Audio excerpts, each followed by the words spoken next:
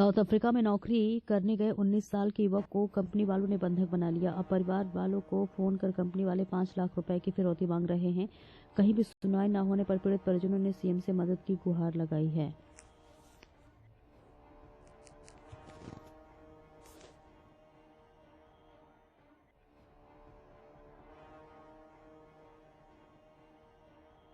मैं इंडिया से आगरा से हूँ। 913 ट्रांसजेंडर कॉलोनी, ये मेरा एड्रेस है। मैं Freetown Sierra Leone West Africa स्थित एक कंपनी में अपने कज़न चाचू के द्वारा काम करने आया था। फर्म का नाम angel tiles and building material firm का नाम है। 599C बाई बुरे रोड, फर्नीचर जंक्शन, पूरा इसका एड्रेस है। प्रदीप कुमार गजवानी इसके ओनर का नाम है। और ये मेरे को तब से मैं आया हूँ, उसका पासपोर्ट छीन के रख लिया है। मुझे घर पर बात नहीं करने देता था। आज जैसे तैसे एक गया है। मैं किसी के द्वारा नेट लेके वीडियो भेज रहा हूँ। मुझे प्रताड़ित करता है, गाली देता है माँ बहन की, और मुझसे कहता है CID में डलवा दूंगा, मुझे पैसे मंगा के दे, मेरे इतने खर्च हुए हैं, 10 लाख देगा, 5 लाख देगा, तरह तरह की धमकियाँ देता है। मुझे नहीं समझ में आ रहा मेरा क्या होगा। मैं आज जैसे तैसे करके वीडियो बना के भेज रहा हूँ। मुझे नहीं पता अगर इसके बाद इसे पता चलेगा मैंने ये किया है तो मेरा क्या करेगा। मुझे नहीं पता क्या होगा मेरे साथ। जो भी होगा मुझे नहीं पता, बस बचा लो मुझे।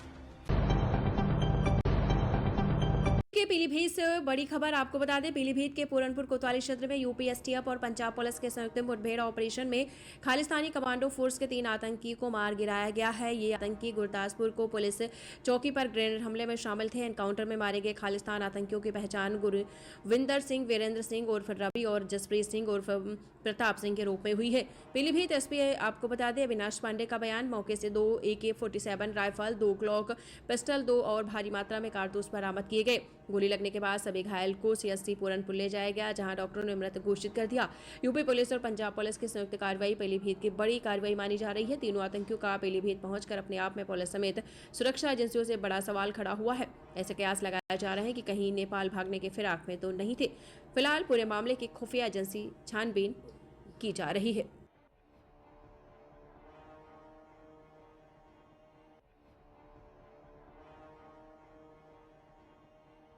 से बताया जा रहा पंजाब से पुलिस पीछा कर रही थी, क्या पूरा मामला है? देखिए, थाना पूरनपुर पर आज सुबह जनपद गुरदासपुर पंजाब प्रांत की पुलिस टीम आई थी। गुरदासपुर जनपद में एक पुलिस चौकी, बख्शीवाल पुलिस चौकी पर कुछ दिन पहले एक ग्रेनेड फेंका गया था। वहाँ पर कुछ इस प्रकार की घटनाएं हुई हैं। उसी क्रम में वो लोग यहाँ पर आए थे। उनके द्वारा ये बताया गया कि जिन 3 संदिग्धों द्वारा ये ग्रेनेड फेंकने की कार्रवाई की गई थी, तो थाना पूरनपुर क्षेत्र में छुपे हुए हैं। ये सुबह सूचना जब प्राप्त हुई थाना पूरनपुर को, तो थाना पूरनपुर पुलिस और पंजाब पुलिस की टीम ने उनका पीछा करना शुरू किया, उनको खोजना शुरू किया। तभी खमरिया पॉइंट पर जो पिकेट लगी हुई थी, उसने ये बताया कि एक बाइक पर 3 लड़के संदिग्ध प्रकृति के पीलीभीत शहर की तरफ तेज़ी से बाइक से जा रहे हैं। थाने के द्वारा कंट्रोल रूम को सूचना दी गई। पूरे जनपद में जो नाकाबंदी है उसको एक्टिव किया गया। इधर से हमारी SOG टीम, सर्विलांस टीम और हम तीनों लोग रवाना हुए। उधर से माधो टांडा से कहा गया। पीछा करते हुए थाना पूरनपुर की टीम जब जो निर्माणाधीन पुल है वहाँ तक पहुँची, तो ये दाहिनी तरफ माधो टांडा की तरफ मुड़ गए और थोड़ी दूर जाकर इनको जब ललकारा गया, रुकने का इशारा किया गया, आगे से जो गाड़ियाँ आ रही थी उनको देखकर इनको ललकारा गया। इन्होंने उस ललकार का जवाब हैवी फायरिंग से दिया। उसमें जवाबी कार्रवाई में इन तीनों को गोलियां लगी थी। इन्हें तत्काल CSC पूरनपुर भेजा गया था। वहां पर इनका जो भी प्राथमिक उपचार संभव था उसके बाद डिस्ट्रिक्ट हॉस्पिटल रेफ़र किया गया था। यहां पर तीनों को ब्रॉड डेड घोषित किया गया है। तीनों की मृत्यु हो गई है। इनसे एक चोरी की बाइक रिकवर हुई है, जो कल थाना पूरनपुर से चोरी हुई थी शाम को। 2 AK-47 गन्स या AK मॉडिफाइड गन्स रिकवर हुई हैं। 2 foreign made Glock pistols recover हुई हैं और भारी मात्रा में असला रिकवर हुआ है। इन्होंने बहुत ही अंधाधुंध फायरिंग पुलिस पर की थी और इसमें जो भी अग्रिम वैधानिक कार्रवाई है वो की जा रही है। 2 हमारे पुलिसकर्मी, एक थाना माधो टांडा से कांस्टेबल सुमित और एक कांस्टेबल शाहनवाज, ये 2 लोग घायल हुए हैं। इनका भी प्राथमिक उपचार CSC पूरनपुर पर किया गया है और उसके बाद उन्हें अग्रिम उपचार के लिए हॉस्पिटल में भर्ती कराया जा रहा है, लेकिन लकीली दोनों खतरे से बाहर हैं। ये ऑपरेशन दोनों पुलिस का था, पंजाब का या? जी, ये ऑपरेशन एक संयुक्त ऑपरेशन है। इसमें गुरदासपुर पुलिस के 4 लोग थे और जनपद पीलीभीत पुलिस के ज़्यादा लोग थे। ठीक, थैंक यू। शराब को लेकर हुए विवाद में कर दी गई हत्या, पुलिस ने 2 आरोपियों को किया गिरफ्तार। हाथरस में पुलिस ने सासनी कोतवाली क्षेत्र के गांव नहलोई के पास हुई एक राजमिस्त्री की हत्या का खुलासा किया है। शराब की खरीदारी को लेकर यह हत्या हुई है। पुलिस ने इस मामले में 2 आरोपियों को गिरफ्तार कर लिया है। बताते चले कि सुरेश पुत्र नौरंग सिंह निवासी विद्रका थाना इगलास जिला अलीगढ़ की गला घोंटकर हत्या कर दी गई है। उसका शव कोतवाली सासनी के क्षेत्र के गाँव नहलोई में फूल सिंह के खेत में मिला था। इस मामले में अज्ञात लोगों के विरुद्ध मुकदमा दर्ज किया गया था। पुलिस ने अब इस घटना का खुलासा किया है। पुलिस ने इस मामले में मनोज पुत्र चरण सिंह निवासी नहलोई थाना सासनी जिला हाथरस और रवि पुत्र जसबीर सिंह निवासी विद्रिका थाना इगलास जिला अलीगढ़ को गिरफ्तार किया है। इस सिलसिले में सीओ सिटी योगेंद्र नारायण कृष्ण ने बताया कि गिरफ्तार एक अभियुक्त रवि पुत्र जसबीर सिंह निवासी विद्रिका थाना इगलास मृतक के गांव का रहने वाला है। सुरेश और रवि के बीच 14 दिसंबर को शराब की खरीदारी को लेकर आपस में कहासुनी हो गई। रवि इस बात पर बुरा मान के और अपने साथी मनोज पुत्र चरण सिंह निवासी नहलोई थाना सासनी के साथ मिलकर मृतक सुरेश की हत्या की योजना बनाई। सुरेश जब ठेका देसी शराब देदामई पर शराब लेने गया, तभी योजनानुसार रवि व मनोज भी शराब के ठेके पर आ गए और ठेके से घटनास्थल पर पीछा करते हुए मौका देकर सुरेश के साथ पहले मारपीट की, फिर बाद में उसी के साल से फंदा खींचकर हत्या कर दी। इसके बाद दोनों वहां से भाग गए। सुरेश राजमिस्त्री का काम करता था। आज एक घटना का खुलासा किया जा रहा है, क्या घटना है और किस थाने क्षेत्र की है? दिनांक 15 दिसंबर को थाना सासनी अंतर्गत नहलोई ग्राम में एक व्यक्ति का शव मिला था, जिसमें पोस्टमार्टम में स्ट्रैंगुलेशन आया था। उसमें पुलिस अधीक्षक महोदय द्वारा टीमें लगाई गई थी। हमारी एसओजी टीम और थाना पुलिस दोनों के संयुक्त प्रयास से आज इस घटना का सफल अनावरण हुआ है। घटना के मूल में शराब के ठेके पर शराब पीने लेकर विवाद हुआ था 2 पक्षों में। उस विवाद के दृष्टिगत 2 रवि और मनोज नामक जो अपराधी हैं, इन लोगों ने मृतक को रास्ते में रोका और उसके साथ मारपीट किया और फिर उसके मफलर से ही उसका गला दबा के, जो स्कार्फ उसके गले में था, उससे उसका गला कस दिया, जिससे उसकी मृत्यु हो गई।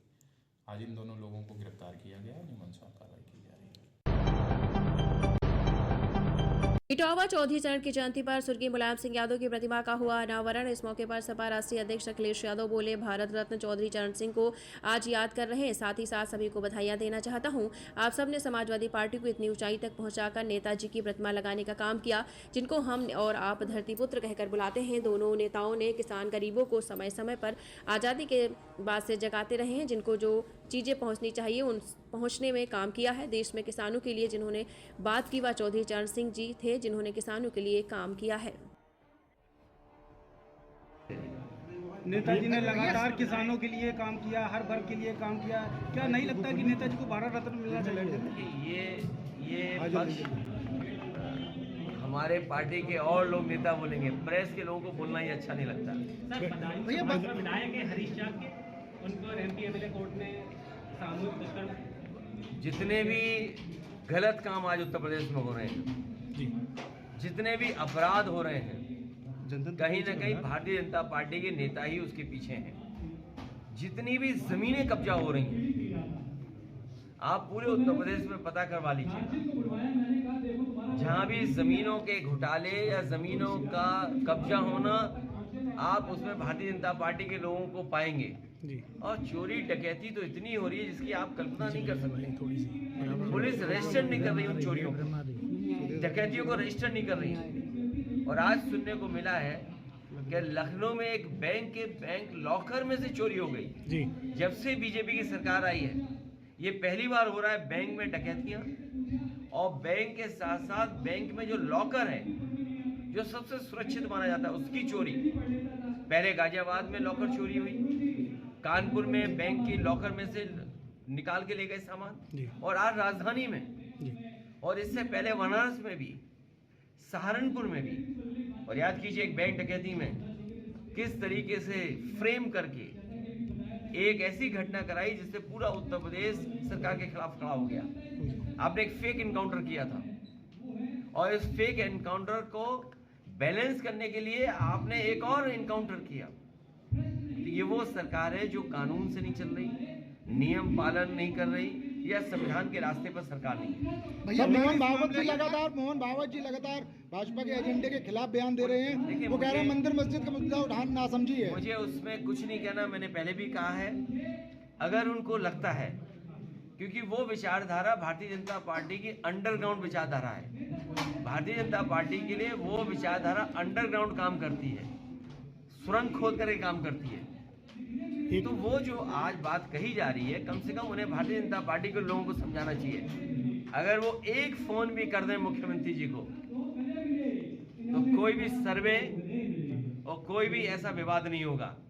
लेकिन हर जगह राजनीतिक लाभ लेना चाहते हैं। ये तमाम स्टेटमेंट इसलिए आ रहे हैं कि वो राजनीतिक लाभ लेना चाहते हैं। आज समस्या क्या है? आज बॉर्डर पे किसान नेता भूख हड़ताल पे बैठे थे, अनशन में बैठे हैं। उनकी जान बचेगी कि नहीं बचेगी, उनका स्वास्थ्य कैसा है या स्वास्थ्य अच्छा रहेगा कि नहीं रहेगा, इस सवाल है। सोचिए, आज हम और आप जब चौधरी चरण सिंह जी को याद कर रहे हैं, उसी समय बॉर्डर पर किसान नेता बैठे हुए भूख हड़ताल पर। तो अभी भी ये सरकार जो किसानों के लिए फैसले लेने चाहिए, किसानों के फैसले नहीं लिए। ध्यान हटाने के लिए किसान के सवाल न पूछे कोई, बेरोजगारी पर कोई सवाल न करे, महंगाई पे कोई सवाल न करे।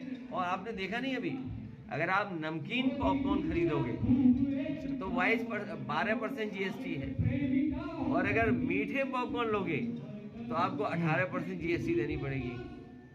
तो आज चौधरी साहब की जयंती पर मुख्यमंत्री ने कहा है कि सरकार जो किसानों के हित में काम कर रही है, तो क्या लग रहा है, क्या किसानों के हित में कार्य हो रहे हैं कोई? ये मुख्यमंत्री ही जानते होंगे। भैया बाराबंकी विधायक सुरेश यादव ने भारतीय जनता पार्टी को हिंदू आतंकवादी संगठन कहा है, उसको किस तरीके से देखते? जो लोग नफरत फैलाएं, फेक एनकाउंटर करें, कानून से न चलें, अगर इसके अलावा कोई और शब्द हो तो बताओ, वो भी कहा जाए। अच्छा, जिस तरह संभल में काफी साल पुराना मंदिर मिला आपके पत्रकार साथियों के कपड़े उतार लें, नंगा कर दिया जाए, ऐसे लोगों को क्या कहोगे आप? मैं अगर आपसे ही सवाल पूछूं कि किसी पार्टी का कार्यकर्ता नेता, उसके खिलाफ आप में से कोई अगर खबर चला दे, तो उस पत्रकार को कपड़े उतार करके नंगा करके खड़ा कर दिया। उस पत्रकार के साथ जो व्यवहार हुआ, जिसने व्यवहार किया, उसके लिए क्या कहोगे आप? अगर कोई आपके पास शब्द हो तो बताओ। नहीं, बिल्कुल सही है। तो क्या लग रहा है, जिस तरह संभल में पुराना मंदिर मिला है, बदायूं में, ये ऐसे ही ढूंढते रहेंगे, खोदते खोदते एक दिन अपनी सरकार को भी खोद देंगे। भैया वन नेशन वन इलेक्शन का जो प्रस्ताव पास हो रहा है, उसको किस नजर से देखते हैं? ये संभव ही नहीं है। ये मन विधान से चलने वाले लोग हैं, लोकतंत्र पे नहीं, एक तंत्र पे भरोसा करते हैं। ये तानाशाही के पक्षधर लोग हैं। ये एक तंत्र चाहते हैं, और ये भी चाहते हैं कि खबर कौन सी चले, कौन सी ब्रेकिंग न्यूज हो, कौन सा चैनल उनका दिखाए, कौन सा चैनल उनका हो। सर, आवारा जानवरों को लेके किसान लगातार परेशान है सर। अभी भी आपने भी कई सवाल उठाए हुए, तब भी अब किसान को मन बना करके सरकार को हटाना चाहिए, तभी आवारा पशु उत्तर प्रदेश से हट पाएंगे। ठीक, बहुत आवारा लोग हैं इधर उत्तर प्रदेश में। अम्बेडकर कहा गया है, क्या कहेंगे? बाबा साहब भीमराव अम्बेडकर जी का सम्मान हम सब करते हैं, और कई घरों में आप अगर जाएंगे तो बाबा साहब भीमराव अम्बेडकर जी को पूजते हैं, उन्हें भगवान मानते हैं। भारतीय जनता पार्टी के सभी नेताओं को माफी मांगनी चाहिए। सूत्रों के राज से खबर ये भी आ रही है कि बीजेपी का प्रदेश अध्यक्ष चुना जाना है। क्या हो सकता है कि दलित चेहरा हो सकता है इसमें? मैं आपको धन्यवाद देता हूँ। आपने उत्तर प्रदेश जिला आगरा से सेंट जोसेफ वर्ल्ड स्कूल में धूमधाम के साथ मनाया गया 9वां वार्षिक खेलकूद दिवस, जिसमें मुख्य अतिथि के रूप में रहे इंटरनेशनल बॉक्सिया प्लेयर जतिन कुशवाहा, माननीय विधायक भगवान सिंह कुशवाहा, खैरागढ़ पूर्व कैबिनेट मंत्री दयाराम प्रजापति, ASP आबकारी विभाग सुशील कुमार मौर्य। कार्यक्रम की शुरुआत रंगारंग प्रस्तुतियों के साथ हुई, जिसमें बच्चों ने सरस्वती वंदना की प्रस्तुति दी, जिसके बाद मशाल जलाकर खेल का उद्घाटन हुआ। प्रतियोगिताओं में 100 मीटर, 200 मीटर तथा 400 metre race, kho kho, cricket, kabaddi आदि खेल हुए हैं। कार्यक्रम को सफल बनाने में मुख्य रूप से ऋचा कुशवाहा, कोऑर्डिनेटर स्मिता गुप्ता, नेहा चौहान, सारिका गौतम, मंजू मिश्रा, लोकेश अग्रवाल, प्रशांत गौतम, सुरेंद्र सिंह, अमन खान, साक्षी सोनी, BM अग्रवाल आदि का योगदान रहा।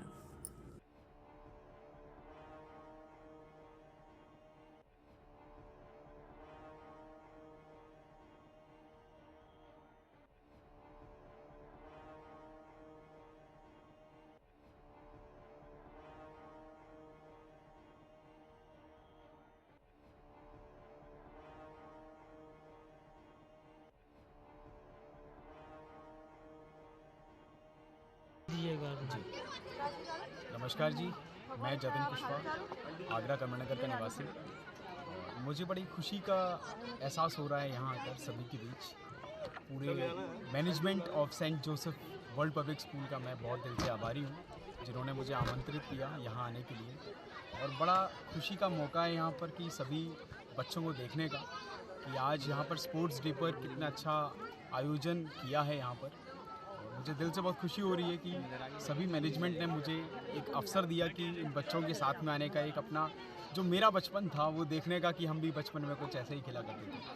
तो बहुत बहुत शुक्रिया तहे दिल से, बहुत बहुत शुक्रिया। आज के दौर में जहाँ बच्चे गेम्स, मोबाइल गेम्स में फंस गए हैं, आप स्पोर्ट्स से जुड़े हैं, तो क्या संदेश देना चाहेंगे बच्चों को कि इंडोर से आउटडोर आए?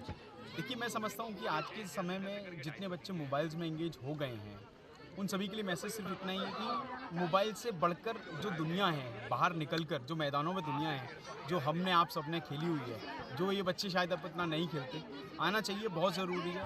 शारीरिक तौर के अलावा मानसिक तौर पर भी ये बहुत ज़रूरी है। मानसिक विकास के लिए काफ़ी परेशानी, आजकल बच्चे डिप्रेशन में बहुत चले जाते हैं मोबाइल देख देख कर, अपनी एक्टिविटीज़ भूल जाते हैं। तो जितना वो फिज़िकल एक्टिव रहेंगे मैदानों पर बाहर निकल कर, उतना ही वो मेंटली भी स्ट्रॉन्ग रहेंगे। तो बस मैं सभी से अनुरोध करूंगा कि बाहर निकलें और खेलें, ताकि हम लोग तन से और मन से दोनों तरीके से हम लोग एक्टिव रह पाएँ।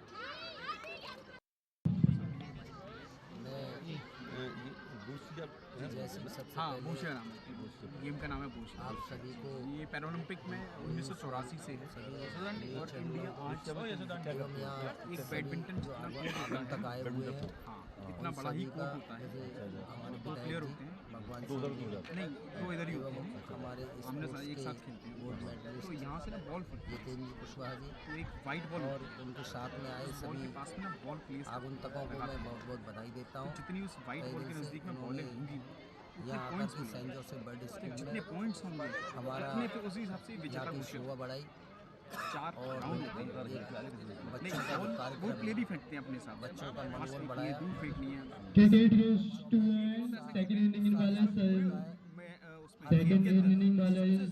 प्राप्त कराते हैं। स्विमिंग से भी ज़्यादा पता किसके, स्विमिंग में 22 पदक है, इसमें 24 पदक। यहाँ से हम चाहते हैं कि अच्छी से अच्छी जगह पर निकल के जाएं, क्योंकि स्पोर्ट्स कराना बहुत आवश्यक है। ये वर्ल्ड बूशिया चैलेंजर में पहली इंटरनेशनल मेडल था। सारी मेरी क्षमता निकल के आती हैं बच्चे इंडिया में। ये और मैं एक बार सभी लोगों को यहाँ पेरेंट्सों को बता देता हूँ, नहीं वो क्या वो प्लेयर ही फेंकते हैं और अपने बच्चों का मनोबल फिर उस इतनी दूरी से ना। डिस्ट्रिक्ट कोऑपरेटिव बैंक लिमिटेड की 74वें वार्षिक अधिवेशन में पहुंचे मुख्य अतिथि के रूप में शिवपाल सिंह यादव। शिवपाल सिंह यादव ने बैंक में कुछ माह पूर्व हुए करोड़ों के घोटाले को लेकर कहा कि अभी भी कुछ कर्मचारी बैंक में हैं जो गड़बड़ियां कर रहे हैं और वे लोग फ्री का वेतन लेना चाहते हैं, काम नहीं करना चाहते हैं। शिवपाल सिंह यादव ने पत्रकार दीर्घा में बैठे पत्रकारों की ओर इशारा करते हुए बैंक घोटाले में शामिल होने का एक कथाकथित पत्रकार पर भी आरोप लगाया और कहा कि समय आने पर पत्रकार को भी नहीं बख्शा जाएगा। शिवपाल सिंह यादव ने कहा कि बैंक में घोटाला करने वाले लोगों के विरुद्ध ऐसी कार्रवाई होगी कि मिसाल बनेगी। एक तथा के फिर पत्रकार पर शिवपाल सिंह यादव ने बैंक के कर्मचारियों से मिलकर गड़बड़ी करने तक का आरोप लगा डाला। गृह मंत्री अमित शाह द्वारा भीमराव अम्बेडकर पर की गई टिप्पणी को लेकर शिवराज सिंह यादव ने कहा कि चाहे कोई भी कितना भी बड़ा नेता हो, लेकिन हम समाजवादी पार्टी के नेता लोग बाबा साहब भीमराव अम्बेडकर का अपमान बर्दाश्त नहीं करेंगे। भीमराव अम्बेडकर की राजनीति करने वाली मायावती के मैदानों में न कि उतरने को लेकर शिवपाल सिंह यादव ने पत्रकारों से कहा कि ये सवाल आप लोग उन्हीं से पूछिए। सरकार द्वारा निजीकरण के लिए किए गए विभागों को लेकर शिवपाल सिंह यादव ने कहा कि समाजवादी पार्टी उसका निरंतर विरोध कर रही है और सड़कों पर भी उतरेगी। संबल विधायक द्वारा भारतीय जनता पार्टी को आतंकवादी पार्टी बताने के बयान पर शिवपाल सिंह यादव चुप्पी साधते हुए नजर आए। रामकुमार राजपूत की रिपोर्ट।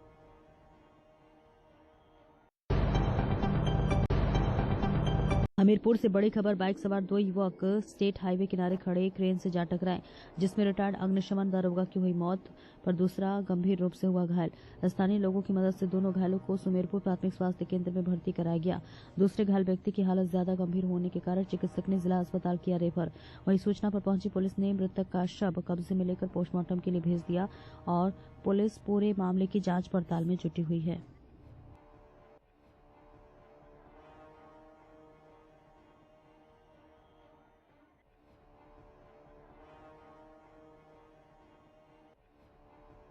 टेढ़ा के पास इन लोगों का एक्सीडेंट किसी क्रेन के जरिए हुआ, जिनमें से 2 लोग थे। एक लोग जो है मृतक अवस्था में आए थे और दूसरे लोग जो है गंभीर रूप से चोटिल थे, जिनकी ऊपरी आंख की पुतली पर और चोट लगी हुई थी, स्वेलिंग थी और पैरों में 2 जगह छिला हुआ था, जो कि गंभीर अवस्था में थे। उनका प्राथमिक ट्रीटमेंट करने के बाद जिला अस्पताल हमीरपुर रेफर कर दिया गया एक्सरे के लिए। दादा आपका क्या नाम है और जो एक्सीडेंट हुआ तो क्या है पूरा मामला? जी, ये जिनका एक्सीडेंट हो गया है ये रिटायर्ड अग्निशमन फायर शमन केंद्र में थे, तो वहाँ से वो खड़ी थी क्रेन पंदरी के आगे, पारा के मोड़ के आगे, वहीं पर उसी से टकरा गए हैं। क्या नाम था इनका? इनका नाम भेमराज सिंह है और पिताजी का नाम राम से जीवन, जिला बांदा। आपका क्या नाम है दादा? मेरा नाम तो कामता प्रसाद है, टेढ़ा में रहता। इटावा साइबर फ्रॉड करने वाले गैंग का पर्दाफाश, 4 अभियुक्त गिरफ्तार। लगभग 9 करोड़ रुपए की ठगी कर चुके थे साइबर ठग। आम जनमानस को सस्ते ब्याज पर लोन दिलवाने एवं उन्हें नौकरी दिलाने का झांसा देकर उनके बैंक में अकाउंट में खुलवाकर उनके एटीएम पासबुक, चेक तथा सिम कार्ड का प्रयोग कर साइबर फ्रॉड करने वाले 4 अभियुक्तों को किया गया गिरफ्तार। कब्जे से फ्रॉड में प्रयुक्त mobile, laptop, QR code scanner, उद्यम रजिस्ट्रेशन प्रमाण पत्र, आधार कार्ड, बैंक चेकबुक, पासबुक एवं एक स्कोडा कार की गई बरामद। वरिष्ठ पुलिस अधीक्षक संजय कुमार के पर्यवेक्षण, अपर पुलिस अधीक्षक उत्तराध इटावा के मार्गदर्शन एवं क्षेत्राधिकारी नगर इटावा के कुशल नेतृत्व में एसओजी सर्विलांस टीम, थाना फ्रेंड्स कॉलोनी एवं थाना साइबर क्राइम इटावा पुलिस द्वारा संयुक्त रूप से की गई कार्रवाई। साइबर अपराधियों के पास से एक कार, स्कोडा कार, अनुमानित कीमत 20 लाख रुपए, 2 फर्जी नंबर प्लेट, 2 उद्यम रजिस्ट्रेशन प्रमाण पत्र, 4 मोबाइल भिन्न भिन्न company, 1 laptop charger, 2 QR code scanner, 14 debit credit travelling card, 10 आधार कार्ड, 10 चेकबुक, 2 पासबुक मिली है। रामकुमार राजपूत की रिपोर्ट।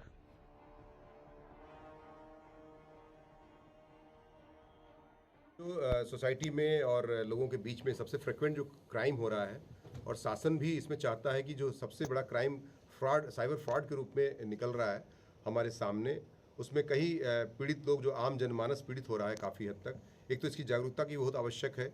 साथ ही साथ मैं इसमें कह दूं कि इटावा पुलिस इसमें काफ़ी प्रतिबद्धता के साथ कार्य कर रही है। पिछले 1 हफ्ते के अंदर ये दूसरी बड़ा पर्दाफाश है जिसमें हम ये कार्रवाई कर रहे हैं। 4 लोग पकड़े गए हैं इसमें स्कोडा गाड़ी के साथ जो है, जिसमें 2 फतेहगढ़ के रहने वाले हैं और 2 इटावा जनपद के निवासी हैं इसमें, और इनका जिम का भी इनका कारोबार चल रहा था। इसमें जो पकड़े जाते हैं लोग, ये गरीब लोगों को टारगेट करते हैं और जो हमारा सेंट्रल लेवल पर जो साइबर क्राइम के लिए कोऑर्डिनेशन सेंटर खुला हुआ है, उसके माध्यम से जो कंप्लेन मिला था, उसके माध्यम से हमारी साइबर थाना की जो टीम है और अमित मिश्रा जो फ्रेंड्स कॉलोनी का थाना अध्यक्ष है, दोनों मिलकर इससे कार्य कर रहे थे और इसमें सुबह एक तड़के में गिरफ्तारी की जाती है, जिसे पूछताछ करने पर इनसे काफ़ी बड़ी मात्रा में सामान इत्यादि, मोबाइल से लेकर क्रेडिट कार्ड, ATM कार्ड, आधार कार्ड और लैपटॉप, चार्जर तथा और तमाम तरह की चीज़ें बरामद की जाती हैं। स्कोडा गाड़ी भी बरामद की जाती है। इनसे पूछताछ करने में उन्होंने स्वीकार किया है कि जो गरीब लोग होते हैं, जिन इधर उधर जो लोन के चक्कर में या विभिन्न प्रकार की योजनाओं का लाभ उठाने के लिए, उन व्यक्तियों का ID, उनका फ़ोटो, उनका जो है आधार कार्ड, उनका सिम नंबर इस्तेमाल करके ये टेलीग्राम जो हमारा ऐप होता है, उससे जेड पे और E-पे के माध्यम से अपना रजिस्ट्रेशन करा करके जो है उसमें जो लाभांश आता है उस लाभांश को लेते भी हैं। साथ ही साथ उन लोगों को जो सिम देते हैं, अपना जो सारा अपना आधार कार्ड और यूज़र ID वगैरह देते हैं, उनको सर्टेन अमाउंट 20,000, 10,000, 15,000 रुपये दे करके उनसे लगभग 600-700 खाते खुलवाए गए हैं और उसी के पैसे लगभग 7-8 करोड़ की बात जो अब तक की जानकारी मिली है, इन्होंने पैसे कमाए हैं, आपस में बांट लिए हैं और इसी आधार पर इनके खिलाफ 359/24, 318, 345, 340, 325 इस तरह का जो पहले 419, 20, 68 IPC के तहत मुकदमा होता था फ्रॉड का, और नंबर प्लेट वगैरह भी मिली है गाड़ियों के फ्रॉड के जो है। तो इस प्रकार से मुकदमा दर्ज किया गया है और इनको विधिक कार्रवाई करते हुए इसमें जेल भेजने की कार्रवाई सुनिश्चित की जा रही है। कब से ये इस पूरे मामले में सक्रिय थे सर? जो अभी तक की जानकारी पूछताछ की गई है, इसमें 4 लोग जो पकड़े गए हैं, इनमें नागेंद्र सिंह और पाल रोहन प्रदीप, इमरान खान, अनुराग यादव, ये जो पकड़े गए हैं, ये 11 महीने से इस कार्य को, अभी तक की जो जानकारी है पूछताछ से जो संज्ञानित हुआ है, इसमें SP सिटी और CO सिटी इत्यादि ने काफ़ी इसमें मेहनत किया और उसके बाद जब डेवलपमेंट हुआ है इसके आधार पर, तो ये पकड़े गए हैं और 11 महीने से अब तक ये कार्य कर रहे थे, जिसमें पूरी टीम के इस फैसिनेटिंग काम के लिए और बहुत ही मेहनत किए जाने के कारण मेरे द्वारा पूरी टीम को 25,000 रुपये का इनाम दिया जा रहा है। इनकी शिक्षा क्या थी, कुछ अभी जानकारी ये इसमें सबसे कम जो शिक्षित व्यक्ति है वो इंटर पास है, बाकी ITI किए हुए हैं, कुछ लोग BCom किए हुए हैं, B.Ed किए हुए हैं, और तो इस प्रकार से ये लड़के पढ़े लिखे हैं तथा जानकार भी हैं।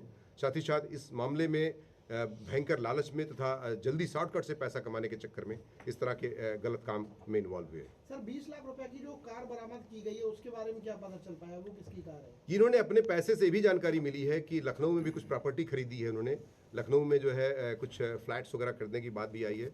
जो ये लड़का नागेंद्र है और इसी नागेंद्र के नाम पे ये गाड़ी है और इसी फ्रॉड के पैसे से ही कमाई, जिससे पूछताछ ने स्वीकार भी किया है। सर ये ऐप से जो पैसे आते थे, किस तरीके से इन पे पास पैसे आते थे, ये कहाँ से आते थे पैसे? ये देखिए, मैंने कहा ना कि जो फ्रॉड होता है वो व्यक्ति अपने कई रास्ते ढूंढ लेता है, तो उसने अपना जो है ये जेड पे और ई-पे के माध्यम से उसको जो है टेलीग्राम से कनेक्ट किया है। उसमें जो है स्पॉन्टेनियस जो पैसे आते हैं, जो विभिन्न प्रकार के जो फ्रॉड्स होते हैं, जैसे कि कोई व्यक्ति जो है क्या कहते हैं अपना खाता खुलवाया है, या कोई व्यक्ति जो बच्चे जो खेलते हैं जो क्या बोलते हैं उसको गेमिंग जो मोबाइल गेमिंग होती है, उसके माध्यम से जो पैसे 1000, 2000, 4000, 5000 लड़के उसमें लगाते हैं, वो पैसे से पैसे इकट्ठा होते हैं। उसी पैसे का जो है ये लाभांश भी कमाते हैं, कंपनी से भी परसेंटेज लेते हैं तथा फ्रॉड के पैसे भी उसी में मंगा के, ताकि गरीब लोगों की आईडी यूज हो, इनकी आईडी ना यूज हो, ताकि ये पकड़े ना जा सके। इसी के लिए ये पैसा शॉर्टकट से कमाने का प्रयास कर रहे थे। इसमें अभी तक सर ये पता, ये 4 ही लोग हैं या अन्य लोग भी इनमें शामिल हैं? कुछ अभी तक की जानकारी जो मैंने बताया कि 5 लोगों का नाम इसमें आया है, 4 लोग गिरफ्तार किए गए हैं, 1 व्यक्ति और है, और अभी तफ्तीश इसमें जारी है। अगर और भी किसी के नाम आते हैं तदनुसार अन्य विधिक कार्रवाई सुनिश्चित की जाएगी।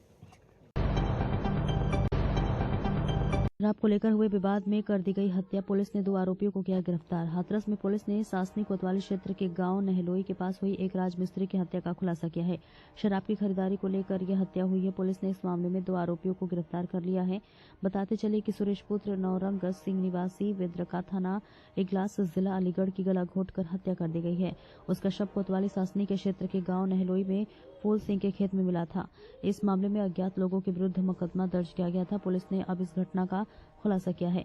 पुलिस ने इस मामले में मनोज पुत्र चरण सिंह निवासी नहलोई थाना सासनी जिला हाथरस और रवि पुत्र जसबीर सिंह निवासी विद्रिका थाना इगलास जिला अलीगढ़ को गिरफ्तार किया है।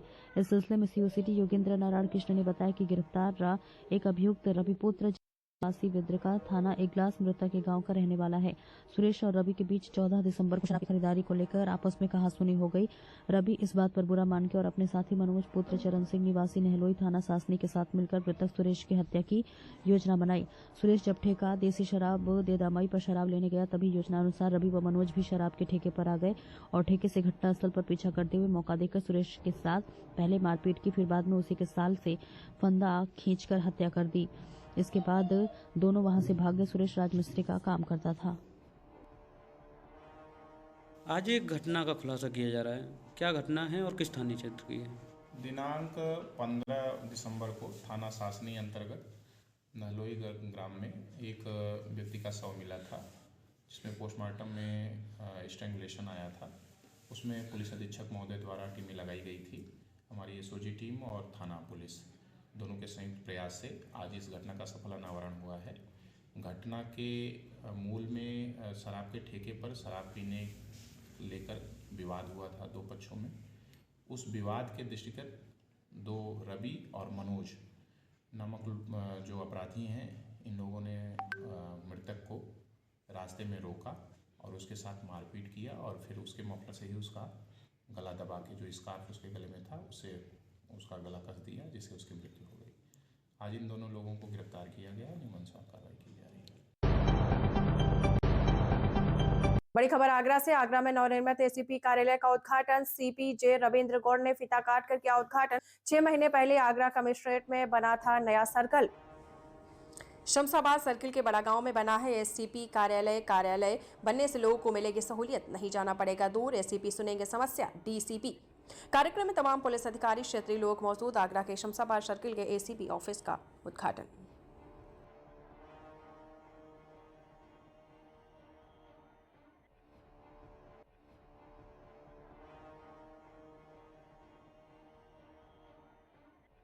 दिया गया तो इन्होंने बहुत ही जल्दी इसमें 6 महीने के अंदर ये ज़मीन ढूंढी और ज़मीन ढूंढने के बाद ये पंचायत ये सरकारी ज़मीन थी जिसके ऊपर ये पूरा कार्यालय बनवाया गया है और ये बहुत बढ़िया कार्यालय जो मॉडल एकदम कार्यालय जिसको कहेंगे उसकी तरह रूप में बनाया गया है और इतने सुंदर भवन को बनाने में जो पूरा श्रेय है वो पुलिस आयुक्त महोदय का है जिनके मार्गदर्शन में ये सारा काम हुआ है और एसीपी शमशाबाद द्वारा ये किया गया है और इससे यहाँ की जनता को सहूलियत मिलेगी कि वो लोग सबको जो अपनी परेशानी के लिए आगरा जाना पड़ता था अब उनको या फिर दूर दराज जाना पड़ता था अब उनके लिए अधिकारी यहीं पर बैठेंगे और वो लोग सब आके अपनी समस्या यहाँ पर बता सकते हैं और उसका सॉल्यूशन हो सकता है। सर जनता और पुलिसिंग के लिए